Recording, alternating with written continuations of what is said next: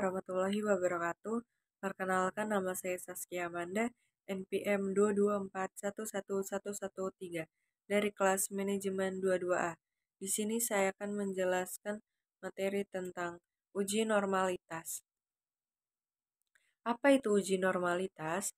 Uji normalitas adalah sebuah uji yang dilakukan dengan tujuan untuk menilai sebaran data pada sebuah kelompok data atau variabel. Apakah sebaran data tersebut berdistribusi normal ataukah tidak? Uji normalitas berguna untuk menentukan data yang telah dikumpulkan berdistribusi normal atau diambil dari populasi normal. Metode klasik dalam pengujian normalitas suatu data tidak begitu rumit. Berdasarkan pengalaman empiris beberapa pakar statistik, data yang banyaknya lebih dari 30 angka maka sudah dapat diasumsikan berdistribusi normal, biasa dikatakan sebagai sampel besar. Uji normalitas yaitu sebuah uji untuk menilai sebaran data pada variabel atau kelompok data, apakah berdistribusi normal ataukah tidak. Jika data berdistribusi normal, dapat diasumsikan bahwa data diambil secara acak dari populasi normal. Data dikatakan berdistribusi normal apabila tidak mempunyai perbedaan yang signifikan atau yang baku dibandingkan dengan normal baku. Jika menggunakan uji statistik, misalnya menggunakan uji Kolmogorov-Smirnov, variabel dikatakan berdistribusi normal jika nilai signifikansinya lebih dari atau sama dengan 0,05. Sebaliknya, jika signifikansi kurang dari 0,05, maka variabel atau data dinyatakan tidak berdistribusi normal. Secara umum, dinyatakan bahwa normalitas dapat dinilai dengan berbagai cara yang jika dikelompokkan pada dasarnya ada dalam dua kelompok, yaitu analisis secara visual dan analisis secara statistik. Analisis secara visual antara lain menggunakan grafik normal, PP, normal Kiki, histogram, stem leaf, box plot, dan lain-lain. Sedangkan secara statistik dapat diuji menggunakan uji Kolmogorov, Smirnov, Shapiro-Wilk, Shapiro-Francia, Andersen, Darling, Ryan-Joyner, Skeunes-Kurtosis test, Jarque-Bera, dan masih banyak jenis uji statistik lainnya. Untuk menilai normalitas, maka variabel atau data dinyatakan tidak berdistribusi normal. Metode chi-square dalam uji normalitas.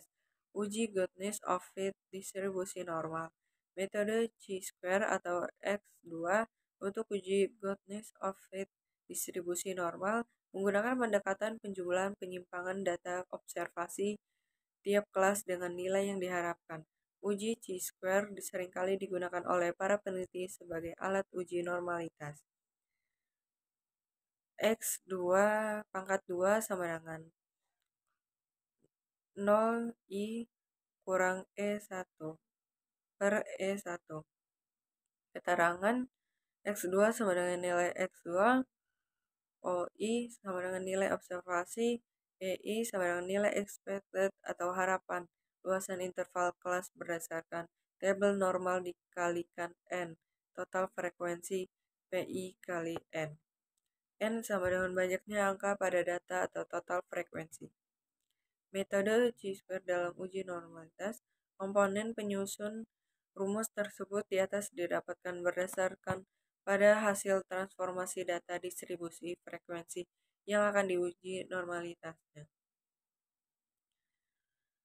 Nomor sama dengan 1, 2, 3, 4, 5, batas interval kelas, Z sama dengan X plus X, Pi 0, 0I, S, I, atau P, I kali N. Keterangan XI batas tidak nyata interval kelas. Z sama dengan transformasi dari angka batas interval kelas ke notasi pada distribusi normal. PI luas proporsi kurva normal tiap interval kelas berdasar tabel normal. OI sama dengan nilai observasi. EI sama dengan nilai expected atau harapan luasan interval kelas berdasarkan tabel normal dikalikan N, total frekuensi PI kali N. Syarat uji chi-square dalam uji normalitas. Persyaratan metode chi-square, uji goodness of fit distribusi normal. Persyaratan metode chi-square atau uji goodness of fit distribusi normal. A. Data tersusun berkelompok atau dikelompokkan dalam tabel distribusi frekuensi. B. Cocok untuk data dengan banyaknya angka besar. C. Setiap sel harus terisi yang kurang dari 5 digabungkan. Signifikansi uji nilai X2 hitung dibandingkan dengan X2 tabel chi-square. Jika nilai X dihitung tabel, maka HO diterima, HA ditolak. Jika X2 dihitung nilai X2 tabel, maka HO ditolak, HA diterima. Penyebab data tidak berdistribusi normal. Penyebab data tidak berdistribusi normal adalah terutama adanya data ekstrim atau data pengucilan yang biasa disebut dengan istilah outlier. Dengan adanya outlier tersebut, maka sebaran data bisa menjadi condong ke kiri atau condong ke kanan, di mana jika sebaran data ini kita nilai secara visual, misalnya menggunakan histogram, maka seharusnya data yang berdistribusi normal akan membentuk sebaran seperti lonceng menghadap ke atas. Jika Anda menghadapi situasi di mana data tidak berdistribusi normal, maka langkah yang dapat Anda lakukan adalah dengan menilai apakah data tersebut ada outlier atau kuncilan data.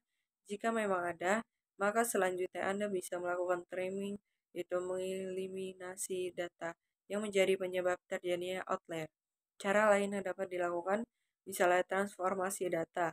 Namun cara tersebut haruslah disesuaikan dan tujuan mengapa dibutuhkan data yang berdistribusi normal. Itu saja yang dapat saya sampaikan. Terima kasih. Wassalamualaikum warahmatullahi wabarakatuh.